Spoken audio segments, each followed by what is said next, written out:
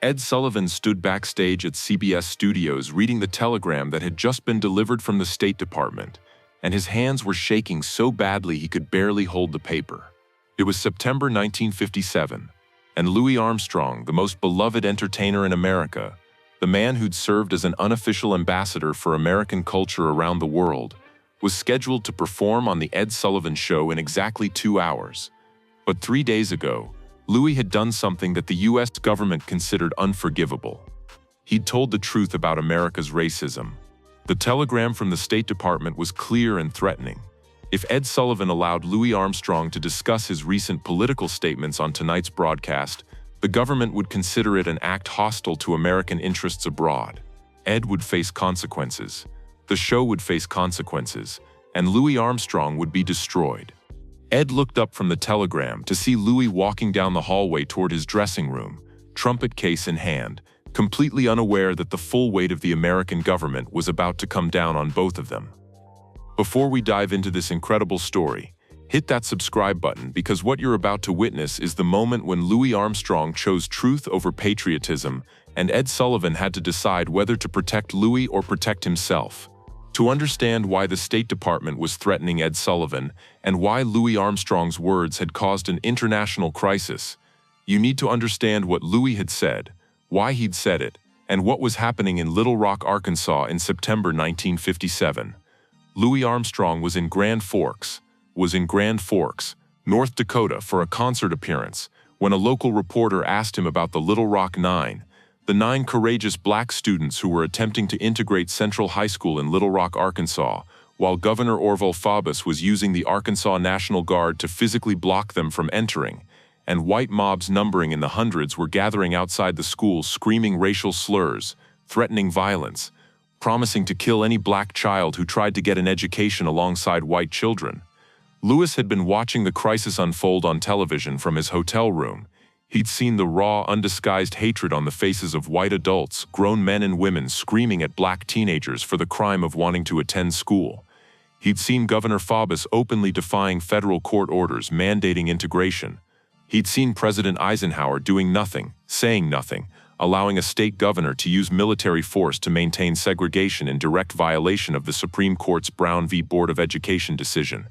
And when the Grand Forks reporter asked Louis Armstrong, America's beloved entertainer, the smiling ambassador of jazz, the man who'd spent 30 years being careful never to make white people uncomfortable, what he thought about Little Rock, Louis finally explosively snapped.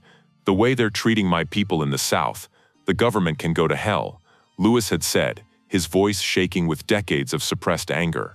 He'd called President Eisenhower two-faced and gutless for not sending federal troops to protect the black students. He'd said the white people screaming at children in Little Rock were uneducated plowboys, and that Arkansas was a barbaric place where they knock you on the head if you're black and got a nice car.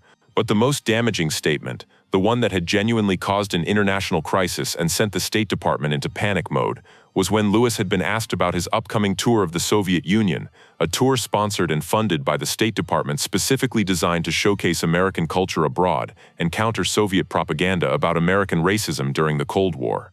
Louis had abruptly canceled the tour, publicly, explaining exactly why. "The people over there ask me what's wrong with my country. What am I supposed to say? I can't tell them anything good about the way black people are treated. The way they're treating my people in the South. My country's being run by a bunch of crackers who don't care about human decency." Those words had exploded across American and international media. The Soviet Union had immediately used Louis's statements in their propaganda, citing America's greatest cultural ambassador admitting that America was racist and that he refused to represent the country abroad. The State Department had gone into crisis mode. Conservative politicians had called Louis a communist sympathizer and demanded he be prosecuted for sedition, and the Eisenhower administration had made it clear that Louis Armstrong was now considered a threat to American interests. Ed Sullivan had booked Louis for the September 8 show months earlier, long before the Little Rock crisis. Now, with Louis scheduled to perform in 2 hours, Ed was receiving pressure from every direction. The State Department telegram was the most explicit threat, but CBS executives had also called warning Ed that allowing Louis to discuss politics would damage the network's relationship with the government. Sponsors had expressed concerns, and Ed's own staff was divided about whether giving Louis a platform was brave or reckless. The meeting in Ed's office 90 minutes before showtime was tense from the moment Louis walked in. Ed showed Louis the State Department telegram. Louis read it slowly, then handed it back to Ed. "They're scared I'll tell the truth on your show. Louis, they're threatening both of us. If you talk about Little Rock or your canceled tour on my show tonight, there will be serious consequences. For you, for me, for the show." Louis sat down heavily. "Ed, I've been America's happy Negro for 30 years. I've smiled and played my trumpet and made white people comfortable. I've toured the world telling people how great America is. And all that time my people back home couldn't eat at the same lunch counters as white people, couldn't use the same bathrooms, couldn't send their children to the same schools. And when 9 brave kids tried to get an education, white mobs tried to kill them while the governor protected the mob instead of the children." "I understand you're angry," Ed started. "Angry?" Louis's voice rose. "Ed, I watched grown white adults scream at black children for wanting to go to school. I watched a governor use soldiers to keep children out of school because of their skin color. And when I said what any decent person should say, that it's wrong, that it's evil, the government calls me a threat. They want me to shut up and go back to being the happy entertainer. Well, I'm done being quiet." Ed felt the weight of the decision pressing down on him. "Louis, if you talk about this on my show, the State Department will come after you. They'll destroy your career. They might prosecute you. Is speaking out really worth losing everything you've built?" Louis looked at Ed with tired eyes. "Ed, what have I built? I'm the most famous Negro in America, and I still can't eat in half the restaurants in this country. I've played for presidents and kings, but my nephew back in New Orleans has to use a colored bathroom and drink from a colored water fountain. If keeping my career means staying silent while children are terrorized for wanting an education, then my career isn't worth keeping." Ed made his decision. "I can't let you discuss Little Rock on the show. The State Department is threatening both of us. I'm sorry, Louis, but you can perform. You can play your music. Just no political statements." Louis stood up. "Then I'm not performing." Ed felt panic rising. "Louis, you're contracted. Sue me." Louis said. "Tell the State Department they won. Tell them Louis Armstrong learned his lesson, that he's back to being the good Negro who doesn't cause trouble. But I'm not going on your stage and pretending everything is fine. I'm not going to play my trumpet and smile while black children are being terrorized in Little Rock." September 8, 1957, 8 p.m. Eastern Time. Ed Sullivan walked onto his stage alone, without Louis Armstrong, without his scheduled star performer, and made an announcement that shocked and confused 50 million viewers who had tuned in specifically to see Louis Armstrong perform. "Ladies and gentlemen," Ed began, his voice serious and steady, "Louis Armstrong was scheduled to perform on tonight's show. Many of you tuned in specifically to see Louis. However, Mr. Armstrong has made the decision not to appear tonight. And I want to explain to you exactly why, because I think you deserve to know the truth about what's been happening."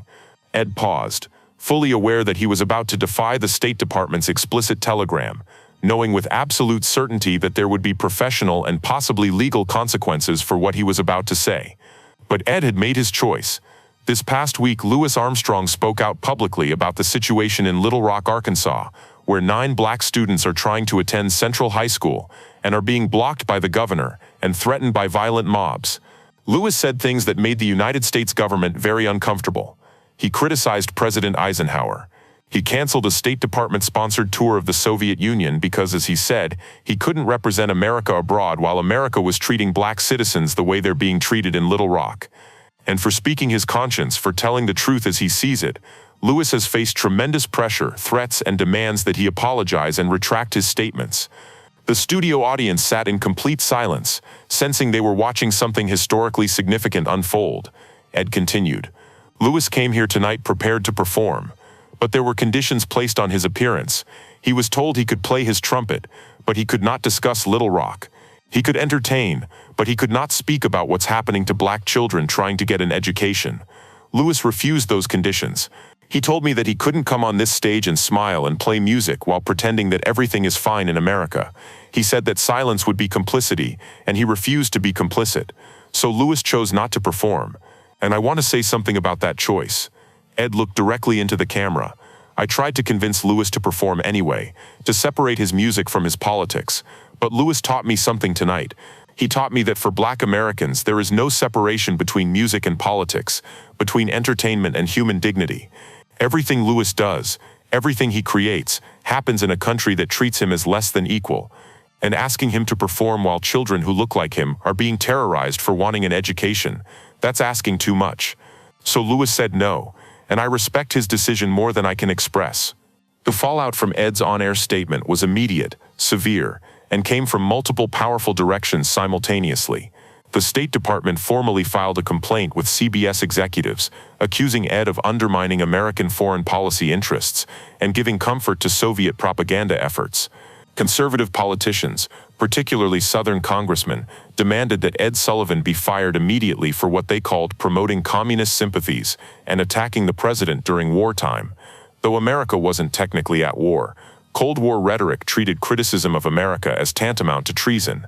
But something else happened too, something the State Department and conservative politicians hadn't anticipated.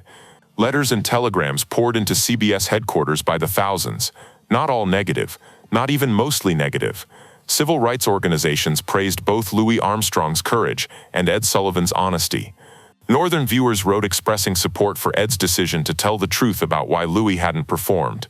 Young people, particularly college students, cited Ed's statement as evidence that speaking out about injustice was patriotic rather than treasonous. And critically, devastatingly for the Eisenhower administration's strategy of ignoring Little Rock, Ed Sullivan's primetime explanation of why Louis Armstrong had refused to perform brought the Little Rock crisis into millions of American living rooms in a way that news coverage alone hadn't achieved. People who'd been vaguely aware that something was happening in Arkansas now understood that it was serious enough that Louis Armstrong, beloved, non-threatening, smiling Louis, had risked his career over it. 3 days later, on September 24, 1957, President Eisenhower finally acted. He federalized the Arkansas National Guard and sent the 101st Airborne Division to Little Rock to protect the 9 black students and enforce the federal integration order. It wasn't entirely because of Louis Armstrong's statements and Ed Sullivan's broadcast, but historians have noted that the public pressure created by Louis's stance and Ed's explanation contributed to forcing Eisenhower's hand. Louis Armstrong's career survived the controversy, but it was permanently damaged in ways both visible and invisible. Government-sponsored international tours were quietly canceled or not offered. Some American venues, particularly in the South, refused to book him, citing concerns about controversy and protests. The FBI opened a file on Louis and monitored his activities for years, looking for evidence of communist connections or anti-American activities. Conservative media outlets attacked Louis regularly, questioning his patriotism and loyalty. If this story moved you, hit that subscribe button. Louis Armstrong refused to perform rather than stay silent about Little Rock, and Ed Sullivan told America why. Share your story in the comments below.